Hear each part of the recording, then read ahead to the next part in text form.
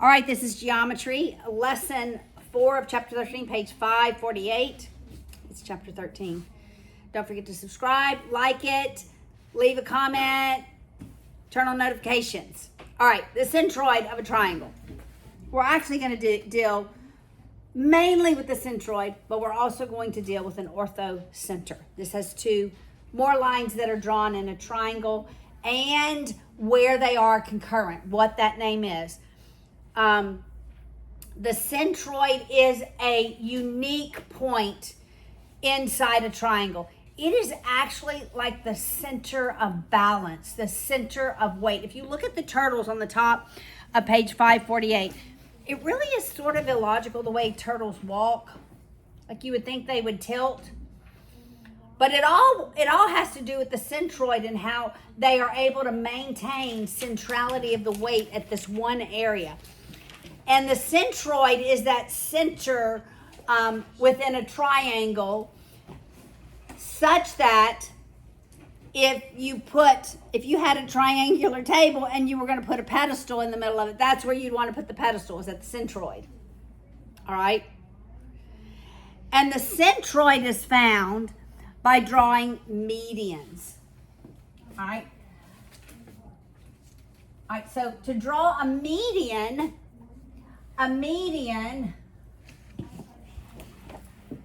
goes from any vertex to the midpoint of the opposite side.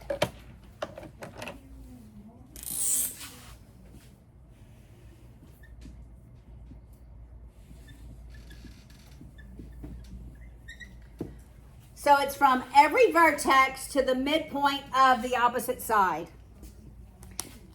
So it is not necessarily perpendicular, right? It is merely a bisector. So if I drew any triangle, and we won't do this construction, but let's say this is the midpoint, I would do it by an arc and an arc. All right, so I'll just draw it here. I would go from here, do an arc, from here, do an arc, and that's the middle of it. That's the midpoint. All right. So any vertex to the midpoint of the opposite side. And let's say this is the midpoint of that side. I would go from the vertex to the midpoint of the opposite side.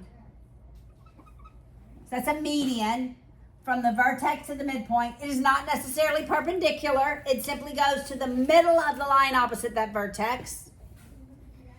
And where those lines are concurrent is called your centroid.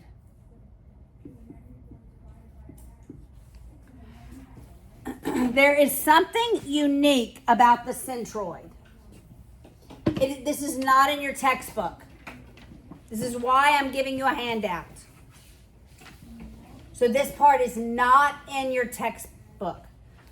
The centroid really divides the median into two parts, but it always divides them into a point such that 2/3 of the median lies from the vertex to the centroid.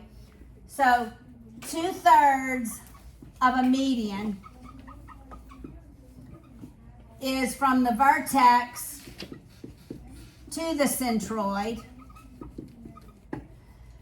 And then 1/3 of the median lies from the centroid to the midpoint of the line. It always divides it like that. It always does. Isn't that amazing? I think that's amazing. 1/3 of the median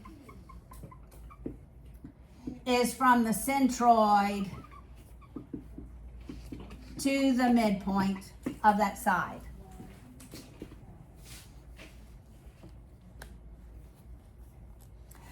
So a centroid is where medians are concurrent. And we have this handout. And I can imagine this is what some of your problems on the test will look like. All right? So look at number 1. I'll draw it on the board. God bless you. Thank you. We have R, S, T, and then it tells us we have these, okay, don't, yeah.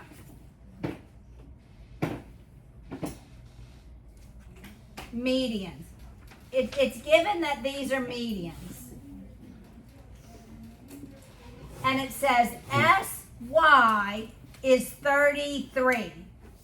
If SY is 33 and C is here, then what is the distance from C to Y? If this whole thing is 33, then the distance from C to Y 11. is 11. The distance from S to C has to be 22. Because it's 2/3, right? So 2/3 is here. So you would take 33 times 2/3 is SC. And 33 times 1/3 would be CY. Do y'all see that? Everybody see that?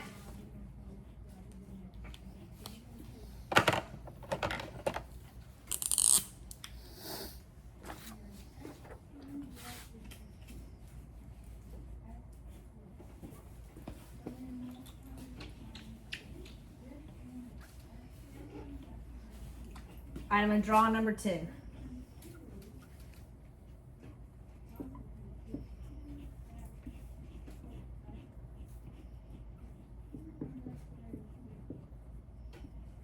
All right, given that these are medians, and the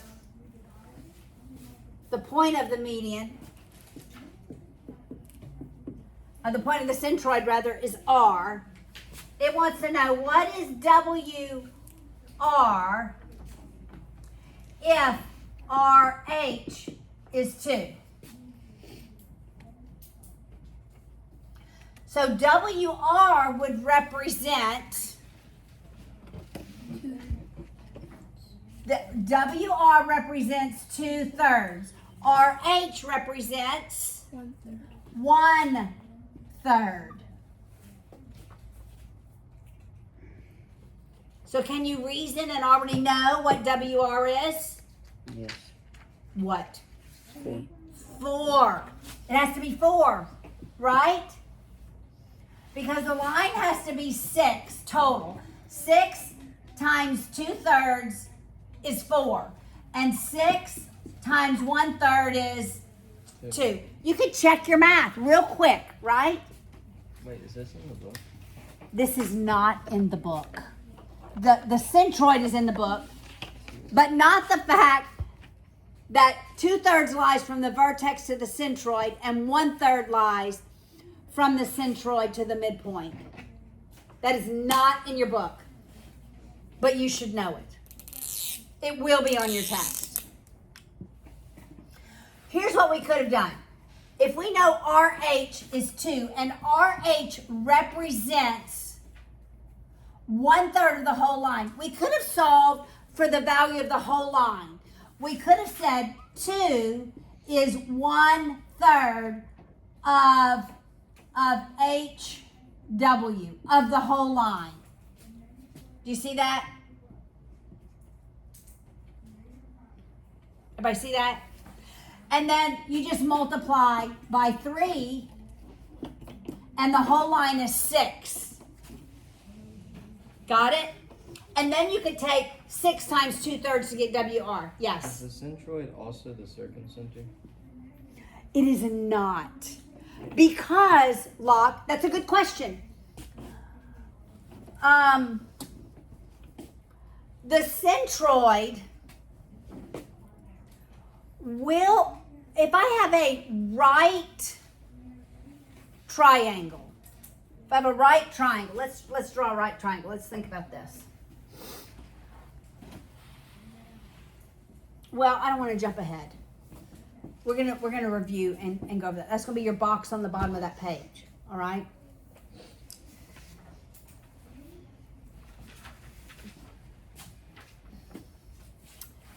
The reason that it's not the circumcenter block is because it's not perpendicular to the side. It only bisects it.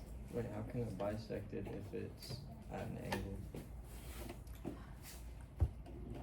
That point just divides the line into two parts.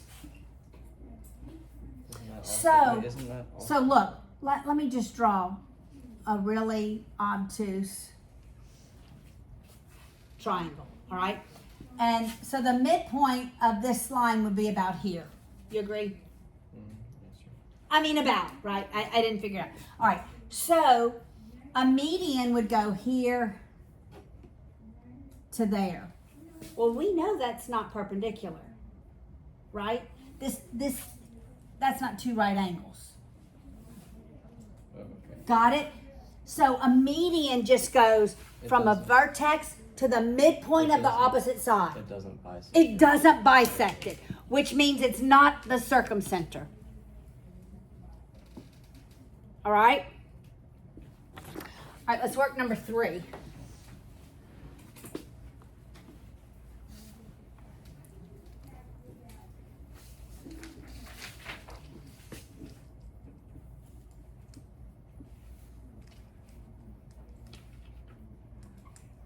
Here and we're going there.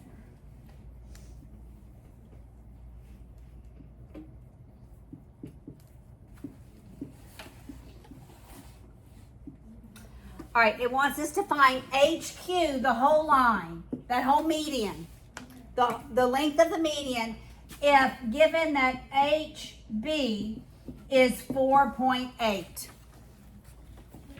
Can we do that? Yes. Do you agree, Lewis? How are we going to find HQ? If HB is 2/3, then just multiply Times. times. I mean, I just added another half to that. But B is not in the middle. Or I added another 2.4 to HB. Okay. Can we write an equation?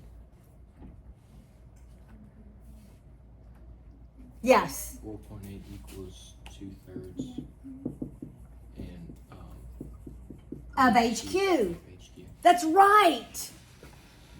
This, the length of HB, is 2/3 of the whole.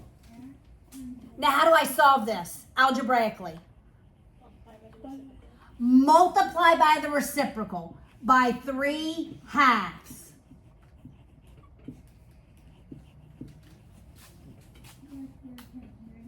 All right, what is that?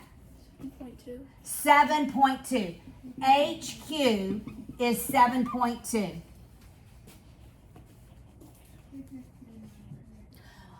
Lewis's way works, but those of you that can't, if you can't do it intuitively, right?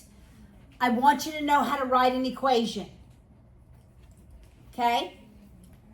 Did you also just divide 4.8 by 2 and then do that times 3? Yes. Yes. You can. And that's really what Lewis did. All right. Do y'all understand medians and centroids? Got it? All right. The next part of this. All right. What do you go to an orthodontist for? What is the torture? That is true. But what is the goal of the orthodontist? Gives your teeth straight. To straighten your teeth such that they are all Money. perpendicular to your gums. Does that make sense? And they all form right angles with your gums. That's really the goal. I say that because of the next lines.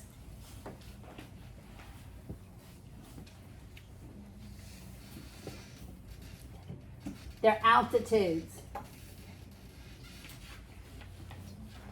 And an altitude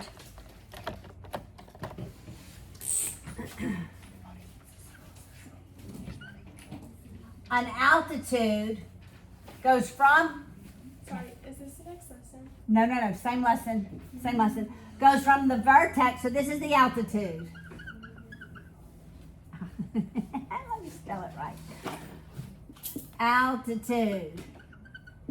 An altitude goes from the vertex perpendicular to the opposite side.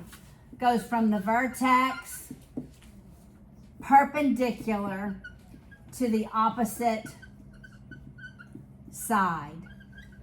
It is not necessarily the midpoint. It is not necessarily the midpoint. Because, again, if I have this obtuse triangle and I'm going perpendicular, I'm going there. Make sense? So an altitude simply draws a line from the vertex perpendicular to the other side. You see the little tooth? Okay, just imagine that's a tooth. A very straight tooth, a right tooth. Okay? And then I'm going to draw one here. And I say that all because where they're concurrent is called the orthocenter. So if you think orthodontics, make your teeth right, then those make the ortho center.